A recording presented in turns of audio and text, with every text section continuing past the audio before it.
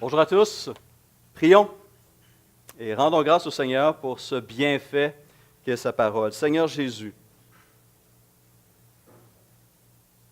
tu as cherché à travers les siècles à communiquer à ton peuple, d'abord à travers des prophètes et à la toute fin, la parole parfaite, ton Fils Jésus. Ces messages, Seigneur, se retrouvent devant nous à nouveau ce matin à travers ta Bible. Nous te remercions d'avoir parlé clairement, puissamment, et par cette parole, d'avoir suscité en nous cette foi qui conduit à la vie éternelle. Tu es merveilleux. Seigneur, pour ces bienfaits, tellement d'autres, nous te rendons grâce. Merci de nous parler à nouveau ce matin. Nous sommes à ton écoute. Amen. Bien, ce matin, nous concluons notre série de l'été, le thème « Besoin de repos, le sabbat pour aujourd'hui ». Nous avons vu à travers ces quelques sermons que Dieu nous invite et même nous ordonne à nous reposer. Nous sommes conscients que nous avons besoin de faire des pauses dans la vie. Le travail est une bonne chose. Le travail nous permet d'accomplir les desseins de Dieu dans ce monde. Mais en même temps, Dieu nous invite à profiter aussi, à nous arrêter et à profiter de ce monde où il nous a placés. Ce besoin d'arrêt est essentiel pour notre bien-être physique, mental et spirituel. Et on a voulu explorer au cours de la dernière semaine quelques-uns des buts plus précis de ce que Dieu cherche à accomplir à travers ces temps d'arrêt et de repos. Et on a essentiellement mis l'accent sur 3 vérités révélées dans la parole. Une des raisons pourquoi ce temps de repos nous est accordé, c'est afin de nous mettre à l'écoute de Dieu. On l'a mentionné, le monde est bruyant et nous avons besoin de nous arrêter, faire silence et entendre à nouveau le doux murmure du Seigneur qui désire avoir toute notre attention et nous diriger, nous instruire. Le repos est là aussi pour nous permettre de nous restaurer, de nous guérir intérieurement, de nous fortifier pour la suite du chemin. Parce que ce n'est pas des vacances pour la durée, ce sont des pauses qui nous permettent de nous fortifier, de récupérer des forces nouvelles. Mais aussi une troisième raison que nous avons vue la semaine dernière, et ceux qui étaient absents durant les vacances peuvent voir ces messages, écouter ces messages sur le site web de l'Église. Le troisième but qui a été mentionné, c'est d'apprendre à prendre plaisir en Dieu, en Christ et dans ses dons. Dieu nous invite en quelque sorte à la fête. Et cela ressort constamment à travers les textes de l'Ancien Testament, mais aussi du Nouveau Testament. Est-ce qu'il y en a qui ont eu l'occasion de méditer sur ces choses-là durant les mois de juillet et août et de le mettre en pratique ou qui ont eu des réflexions sur ce point? Qui l'ont vécu, qui l'ont reçu? Nina? Ah, OK, d'accord. J'ai vu Solange, je crois, lever la main. Oui? Est-ce que tu veux partager? Vous voulez dire un petit peu comment vous l'avez vécu? Donc, pendant nos vacances, cette année, on avait décidé de rester à la maison et prendre du repos. On sentait qu'on en était rendu là. Parce que souvent, le fait de partir à l'extérieur, on a besoin de repos pour revenir en revenant. Mm-hmm. Mais on a profité de notre chez nous que le Seigneur nous donne, nous permet d'avoir. Puis, à travers ce repos-là, oui, le Seigneur nous a parlé sur plusieurs aspects. Puis, ça a fait un très grand bien. Je suis content que le Seigneur ait pu parler à Solange et à Guy, ça va leur faire du bien. Prochaine personne. J'ai un élément que je vais ajouter, surtout au premier point. Oui, on peut rien faire, mais dans notre cœur, on peut être toujours en train de faire quelque chose, toujours en train de trouver quelque chose ou de chercher quelque chose. Oui. Je pense qu'il y a un élément dans nos églises qu'on oublie souvent. On invite les gens beaucoup à prier, mais à faire le silence intérieur, c'est pas facile. C'est pas facile de s'arrêter à l'intérieur, puis de dire, OK, le Seigneur est assis à côté de moi, puis je suis pas obligé de parler. Il faut que j'arrête la machine à l'intérieur, puis que je relaxe avec le Seigneur assis sur un banc. Amen. Amen. Je peux dire que cet été, moi et mon épouse, on est resté à la maison pas mal. On est sortis quand même, mais je pense que le repos que je peux dire qu'on a partagé ensemble, c'était sur notre petit terrain en arrière, un aménagement floral que mon épouse a commencé l'année dernière, puis de louer Dieu, de voir cette belle création que Dieu a faite, les oiseaux, les fleurs, les couleurs, puis aussi de partager cet espace-là avec nos amis, avec nos enfants, nos petits-enfants. C'était un été reposant spirituellement et vraiment merveilleux. Amen. J'aimerais dire qu'on a tous des horizons différents, on a tous des occupations différentes. Il y en a qui ne travaillent pas, il y en a qui travaillent trop. Mais dans la Bible, moi, je sonde beaucoup les choses dans la Bible. La Bible, c'est extraordinaire, je la médite beaucoup. Et Jésus, il dit à un moment donné, il dit, « Je vous laisse ma paix, je vous donne ma paix. Je ne donne pas la paix comme le monde donne. » Quelque chose comme ça. Et ça, quand on revient à la base, l'observation des oiseaux, des fleurs. Moi, je me suis laissé prendre cet été à, vous savez, les épines qui accrochent après les vêtements quand on passe dans le bois, là? Ça fait des fleurs, ça. Et puis, j'ai commencé à photographier ça, là, puis je me suis dit, mais qu'est-ce que je fais à un moment donné? Qu'est-ce que je fais là à faire ça? Des fleurs de proche avec mon téléphone. Et puis, c'était extraordinaire. Et puis, j'ai pris l'habitude de revenir à des choses que les gens ne voient plus. Mm-hmm. Et ça fait partie de la paix. Puis on peut l'avoir, je pense que même si on travaille, qu'on soit dans des soucis, qu'on soit dans des conflits, parce qu'il y a toujours quelque chose qui arrive le matin quand on se lève, il n'y a rien, il n'y a pas de journée presque qui se passe sans qu'il arrive rien. Fait qu'à ce moment-là, quand on médite sur ce passage-là, on se dit, OK. Fait qu'il y a toujours, là je ramène ça plus, pas nécessairement dans une période de repos comme telle, une vacance, où moi je le pousse un peu plus loin, le concept. Et le repos de l'âme, hein, c'est parce que la guerre, hein, c'est écrit que ça peut faire la guerre à l'âme et puis tout ça. Et puis là, c'est intéressant d'avoir ce repos-là. Moi, en tout cas, c'est une bénédiction que j'ai au travers de tout le paquet de choses que j'ai vécues. Donc, on voit que ce repos se découvre parfois dans les choses les plus simples. Hein? Sa cour arrière, savoir simplement s'arrêter pour écouter et voir et apprécier. Merci. Oui. Donc, c'est important, on n'a pas besoin de faire de grandes activités, de faire des grands voyages. Là où nous sommes, ce repos est disponible sous bien des formes et on peut savoir dire merci. Donc, des temps d'arrêt qui nous permettent de nous instruire, nous guérir et nous réjouir.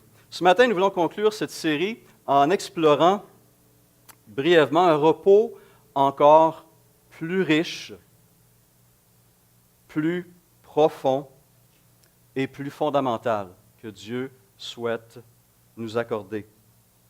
Rien de moins que le repos de Dieu lui-même. Et pour regarder cette vérité, je vous invite à vous tourner avec moi vers l'Épître aux Hébreux, au chapitre 4. Hébreux, chapitre 4. Et voici ce que l'auteur écrit dans les premiers versets de ce chapitre. Il dit donc, « Craignons donc, tandis que la promesse d'entrer dans son repos subsiste encore, qu'aucun de vous ne paraisse être venu trop tard. Car cette bonne nouvelle vous a été annoncée aussi bien qu'à eux. » Le « eux » fait référence au peuple d'Israël qui avait été délivré d'Égypte et qui s'est rendu jusqu'à la frontière de la terre promise, mais qui ont refusé de prendre possession de cette terre et d'entrer dans ce repos que Dieu leur offrait. Mais la parole qui leur fut annoncée ne leur servit de rien parce qu'elle ne trouva pas de la foi chez ceux qui l'entendirent. Pour nous qui avons cru, nous entrons dans le repos selon qu'il dit « Je jurai dans ma colère, ils n'entreront pas dans mon repos ». Une citation du psaume 95. Il dit cela, quoique ses œuvres aient été achevées depuis la création du monde, car il a parlé quelque part ainsi du 7e jour, et Dieu se reposa de toutes ses œuvres le 7e jour. Et ici encore, ils n'entreront pas dans mon repos. Or, puisqu'il est encore réservé à quelques-uns d'y entrer, et que ceux à qui d'abord la promesse a été faite n'y sont pas entrés à cause de leur désobéissance, Dieu fixe de nouveau un jour, aujourd'hui, en disant dans David, bien longtemps après, comme il est dit plus haut, « Aujourd'hui, si vous entendez sa voix, n'endurcissez pas votre cœur. Car si Josué leur avait donné le repos, Dieu ne parlerait pas après cela d'un autre jour. Il y a donc un repos de sabbat réservé au peuple de Dieu. Car celui qui entre dans le repos de Dieu se repose de ses œuvres comme Dieu s'est reposé des siennes. Empressons-nous donc d'entrer dans ce repos, afin que personne ne tombe en donnant le même exemple de désobéissance que les premiers Israélites devant la terre promise. » Ici s'arrête la lecture pour ce matin. Alors, le contexte, on se rappelle que la lettre aux Hébreux s'adresse à des Juifs qui ont reconnu en la personne de Jésus le Messie promis, mais qui étaient tentés de retourner au judaïsme à cause de la pression qu'ils subissaient, la persécution sévère qui les atteignait. On se rappelle que dans l'Empire romain, le judaïsme était une religion licite, une religion reconnue par l'État, et donc en quelque sorte tolérée dans l'Empire, alors que le christianisme naissant ne l'était pas. Et beaucoup des premiers chrétiens ont connu une persécution très sévère, autant de leurs co-religionnaires d'origine, les Juifs, que par les autres citoyens. Le livre des Actes des Apôtres nous montre plusieurs exemples de ces persécutions. Et donc l'auteur prend la plume pour encourager ses frères en la foi d'origine juive à rester attachés au Seigneur Jésus. Et donc, à travers son écrit, il va démontrer la supériorité incontestable de Jésus-Christ et de son œuvre, son alliance de grâce par rapport à l'ancienne alliance, l'alliance de la loi. Et dans les 7 premiers chapitres, il va démontrer la supériorité de Christ sur les personnalités de l'ancienne alliance. Il va parler des prophètes, des anges, de Moïse, de Josué, d'Aaron. Et ensuite, dans les chapitres 8 à 10, il va montrer la supériorité de Christ sur les institutions. D'abord les personnes, ensuite les institutions de l'ancienne alliance, le sanctuaire, l'alliance elle-même, le tabernacle, le culte, les sacrifices lévitiques. Et à travers tout cela, il démontre la perfection de la personne et de l'œuvre de Jésus-Christ. Et à l'intérieur de cette première section, il contraste Jésus à des personnalités de l'Ancienne Alliance. Au chapitre 4, il va contraster Jésus et Josué, celui qui a amené le peuple à prendre possession de la terre promise. Et dans le texte que nous venons de lire, nous trouvons la réponse à 3 questions. Qu'est-ce que ce repos promis? Comment peut-on entrer dans ce repos? Et quand peut-on entrer dans ce repos? En conclusion de notre série, j'aimerais qu'on puisse regarder ces 3 questions ensemble ce matin. Qu'est-ce que ce repos promis? Bien, il est dit à la toute fin de la vie et du livre de Josué, Josué 21, 44, que l'Éternel leur accorda à Israël du repos tout autour, comme il l'avait juré à leur père. Aucun de leurs ennemis ne put leur résister. L'Éternel les livra tous entre leurs mains. Alors, ce genre de repos dont il est mentionné ici, c'est la paix. La paix politique, la paix militaire. La terre de Canaan avait enfin été conquise et le peuple pouvait finalement s'installer, bâtir leur maison, bâtir leur ville, planter leurs vignobles et leurs oliveraies en toute sécurité et bénéficier du don de Dieu. Il est évident qu'aujourd'hui, bien des peuples aimeraient pouvoir connaître ce genre de repos. On peut penser aux Syriens, aux Irakiens, aux Yéménites, aux Congolais, aux Somaliens, et je pourrais mentionner des dizaines de peuples et de nations à travers le monde qui ne connaissent pas ce genre de repos, cette paix. Mais nous savons que même ce type de repos, cette paix politique, demeure très fragile, très instable. Il ne s'agit que de poursuivre la lecture au-delà de Josué.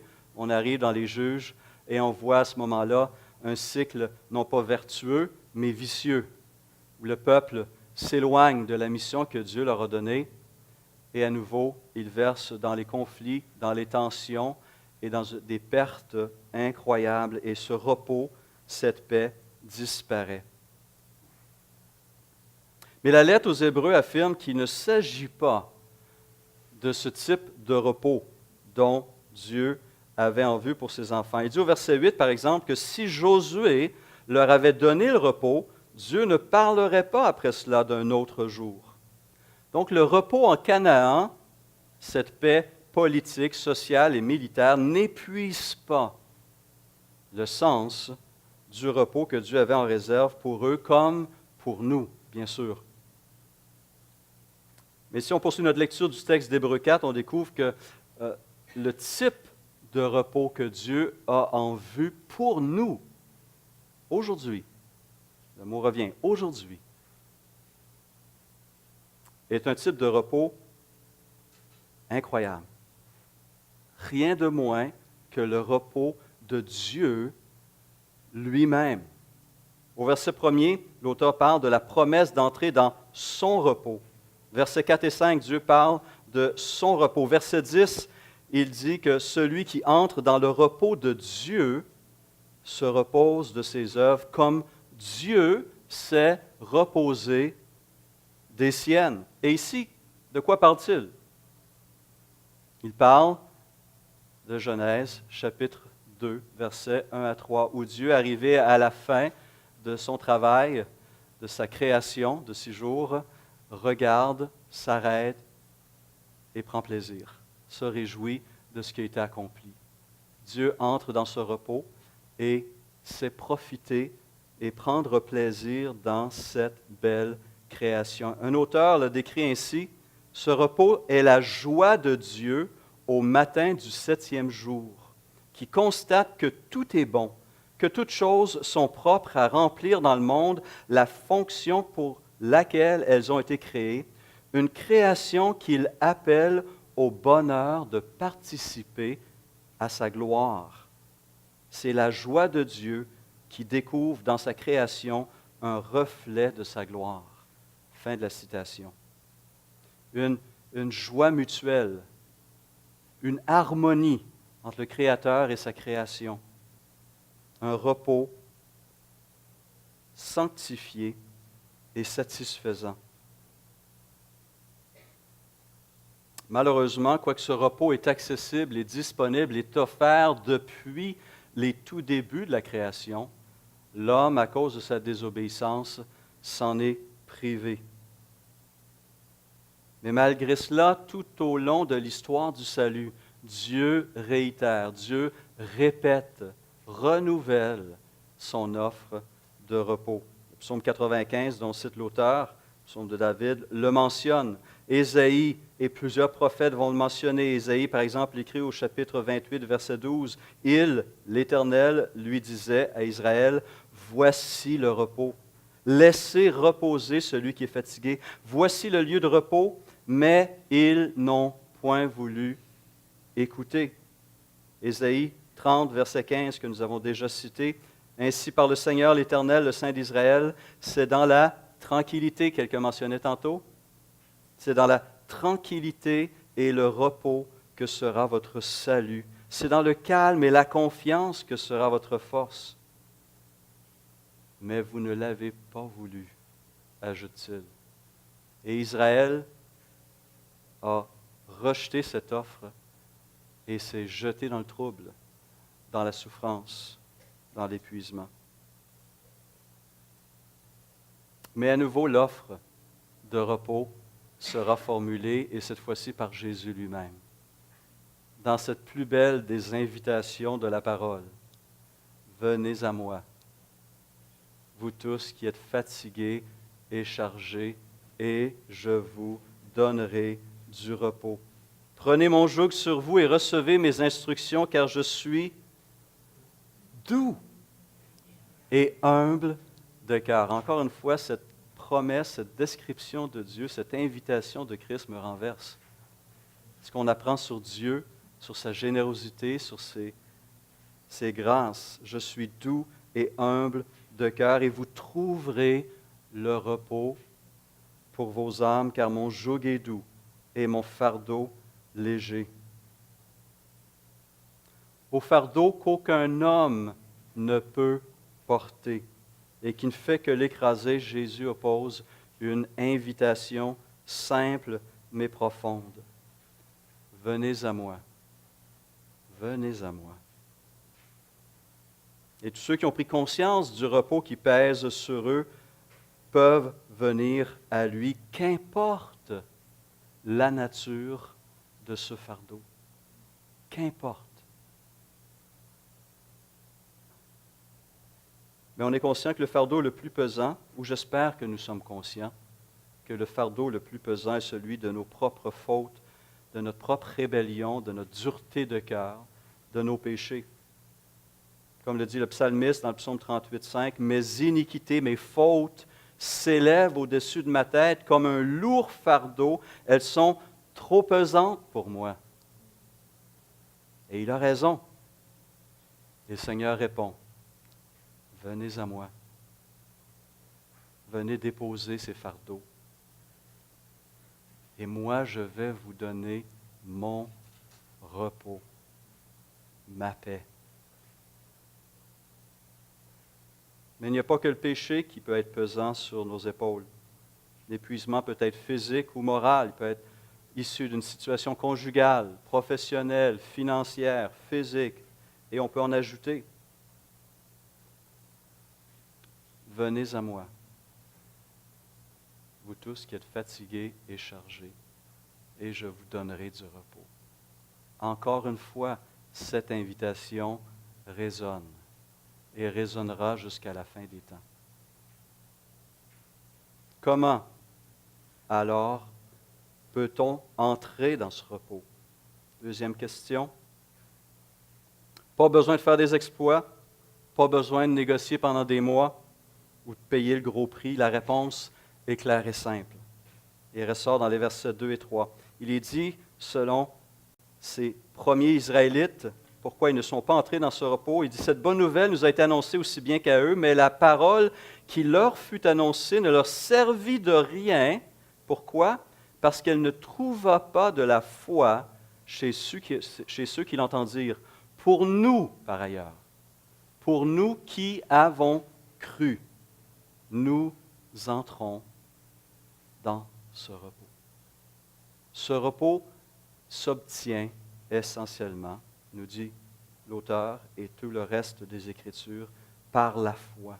C'est un cadeau. C'est un cadeau que Dieu veut offrir en Jésus-Christ. C'est un cadeau qui se reçoit tout simplement sur la base de la promesse de Dieu qu'il va la donner à ceux qui la demandent sincèrement, humblement, avec foi. Et pour nous qui avons cru, nous sommes entrés dans ce repos. Il nous est offert et il nous est disponible. Il a besoin d'être renouvelé quotidiennement. Et on a besoin de se remettre à lui à tous les jours pour la purification de nos péchés, pour être restauré dans notre corps et dans notre âme, pour retrouver des forces nouvelles pour le service, pour marcher dans la pureté. Mais ce repos est constamment là, à notre disposition. On n'a pas besoin d'attendre une journée quelconque par semaine ou d'attendre l'été. Ce repos nous est disponible à tout moment.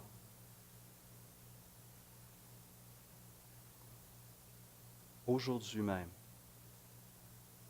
Aujourd'hui même. Dieu fixe de nouveau un jour, verset 7. Aujourd'hui, en disant dans David, bien longtemps après, comme il est dit plus haut, aujourd'hui, si vous entendez sa voix, n'endurcissez pas vos cœurs, car si Josué leur avait donné le repos, Dieu ne parlerait pas après cela d'un autre jour. Il y a donc un repos de sabbat réservé au peuple de Dieu, car celui qui entre dans le repos de Dieu se repose de ses œuvres comme Dieu s'est reposé des siennes. Empressons-nous donc d'entrer dans ce repos afin que personne ne tombe en donnant le même exemple de désobéissance. Hébreux 4, versets 7 à 11. Et c'est là qu'il y a un avertissement à ne pas ignorer. Beaucoup de gens se trompent par de faux raisonnements en se disant « Ah bien, moi, je vais accepter le Seigneur, mais pas tout de suite. Je vais obéir à sa volonté, mais un petit peu plus tard. Pour l'instant, bien, j'ai plein de choses que j'aimerais faire. J'aimerais pouvoir un petit peu profiter de la vie. » Entre guillemets. Comme si la vie en Christ était une vie de privation, d'interdit, morne, sombre et lourd, alors que la vie en Christ se veut une joie, une lumière, une célébration de vie.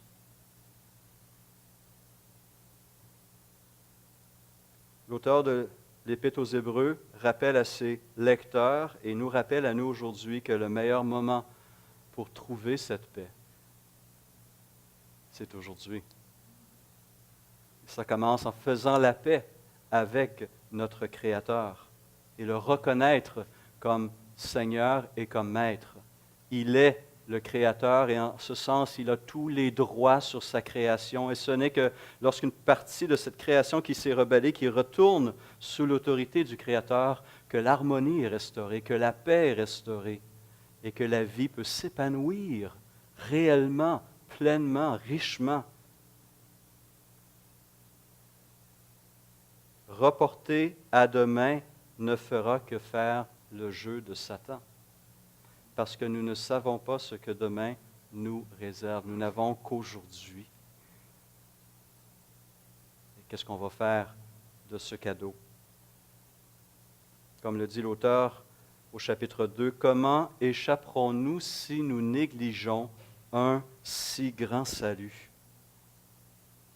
Quand j'entends parler des efforts incroyables que certains de nos membres ont faits pour venir au Canada, des gens qui viennent d'Afrique ou d'Asie, qui ont eu des démarches légales complexes et longues, des gens qui ont dû dépenser des sommes importantes, tout cela pour aboutir ici au Canada.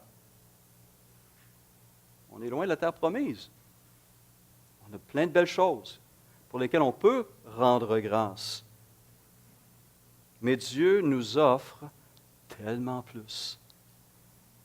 Une citoyenneté céleste, gratuite, dès maintenant. Et pourtant, plusieurs méprisent cette offre. Quel aveuglement, quelle folie. Par lui, par Christ, les uns et les autres, nous avons accès auprès du Père. Imaginez le privilège que Dieu nous accorde à travers son Fils, ou le Fils nous accorde vers le Père. Nous avons accès auprès du Père dans un même esprit. Ainsi donc, nous ne sommes plus étrangers ni gens du dehors, mais nous sommes concitoyens des saints, gens de la maison de Dieu. Cette paix profonde, durable, s'obtient en venant à Christ, en se déchargeant sur lui de nos fautes, de nos fardeaux, et en recevant ses grâces, son pardon et sa vie. Et donc, au-delà d'un repos quotidien dont nous avons tous besoin, entre 6 et 8 heures de sommeil, c'est essentiel, au-delà d'un repos hebdomadaire ou même estival, soyons certains de ne pas négliger le repos immensément plus riche, plus profond et plus durable que Dieu nous offre. Le repos qui se trouve qu'en Jésus seul. Le repos du salut en Christ, qui a tout accompli pour nous. Et ce matin, nous avons encore la joie de célébrer cette vérité à travers le repas du Seigneur qui nous rappelle ces vérités. On apprécie les verres d'eau, mais n'oublions pas l'eau vive que le Seigneur veut nous offrir. Verset 11 du chapitre 4 dit « Empressons-nous donc d'entrer dans ce repos, afin que personne ne tombe en donnant le même exemple de désobéissance. Car la parole de Dieu est vivante et efficace, plus tranchante qu'une épée quelconque à 2 tranchants, pénétrante jusqu'à partager âme et esprit, jointure et moelle. Elle juge les sentiments et les pensées du cœur. Nulle créature n'est cachée devant lui, mais tout est nu et découvert aux yeux de celui à qui nous devons rendre compte. Est-ce que nous avons laissé cette parole faire son travail? Est-ce que nous avons laissé cette parole nous examiner, nous éclairer et enlever tout faux raisonnement qui nous empêche d'entrer dans ce repos du Seigneur et de redécouvrir la puissance purificatrice de son sang, de son sacrifice fait à la croix pour nous? Si on a fait ces choses, Christ a à nouveau la place qui lui revient dans notre vie et cela va lui permettre de déverser ce repos dans nos cœurs et dans nos pensées. J'inviterai Télémie à se joindre à moi.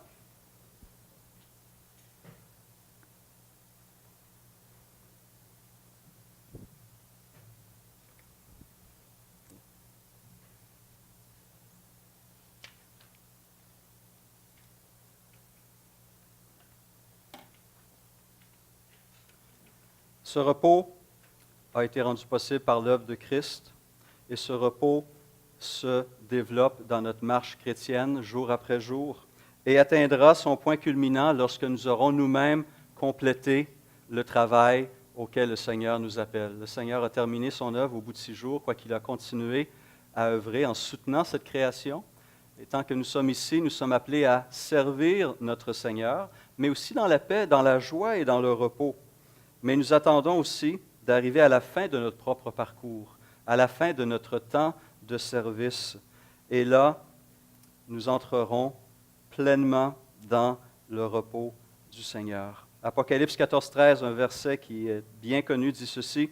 « J'entendis du ciel une voix qui disait, « Écris, heureux dès à présent les morts qui meurent dans le Seigneur. Oui, dit l'Esprit, afin qu'ils se reposent de leurs travaux, car leurs œuvres les suivent. » Ils vont entrer à ce moment-là, et nous allons entrer à ce moment-là, dans le règne de justice, de paix, de joie et de repos que le Seigneur a préparé pour nous, dans cet héritage qui ne peut ni se corrompre, ni se souiller, ni se flétrir, et qui nous est réservé dans les cieux, à nous qui, écrit Pierre, par la puissance de Dieu, sommes gardés par la foi pour le salut prêt à être révélé dans les derniers temps.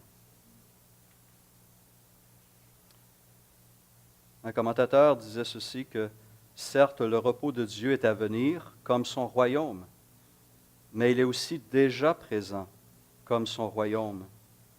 À ceux qui croient, à ceux qui ne s'endurcissent pas, à ceux qui saisissent l'aujourd'hui que Dieu leur offre, Dieu accorde dès ici-bas la joie de ce repos. Il précise par ailleurs que c'est une joie dans les larmes, c'est une paix dans l'angoisse et c'est un repos dans la lutte. Mais c'est, à cause de l'espérance du parfait repos de Dieu, déjà une vraie paix, déjà une vraie joie, déjà un vrai repos dans chacune de nos journées. Ce repos est disponible dès maintenant. Parce que Christ a tout accompli. Christ a tout accompli. Et dans ces bénédictions que nous pouvons compter, il s'agit de réfléchir au contraste que l'œuvre de Christ, sa mort sur la croix et sa résurrection il y a 2000 ans rendent possible. Ces contrastes qui viennent transformer nos vies, qui ont été des ténèbres à la lumière, de l'erreur à la vérité, de l'égarement à la direction sûre, des craintes à l'assurance, du trouble à la paix et de l'épuisement au repos de la mort à la vie. Christ rend ces choses possibles. Et je vous invite donc à vous joindre à nous autour de cette table, à profiter de ces éléments qui nous rappellent cette œuvre parfaite de Christ. Ce repas aussi est un avant-goût, très modeste, mais profond, d'un autre repas qu'il prépare pour la réunion de la famille, les noces de l'agneau. Alors, si vous avez cette espérance en vous, si vous avez déjà reçu ce repos et cette paix, cette vie de Christ, cette table est aussi la vôtre. Prenez-la avec reconnaissance.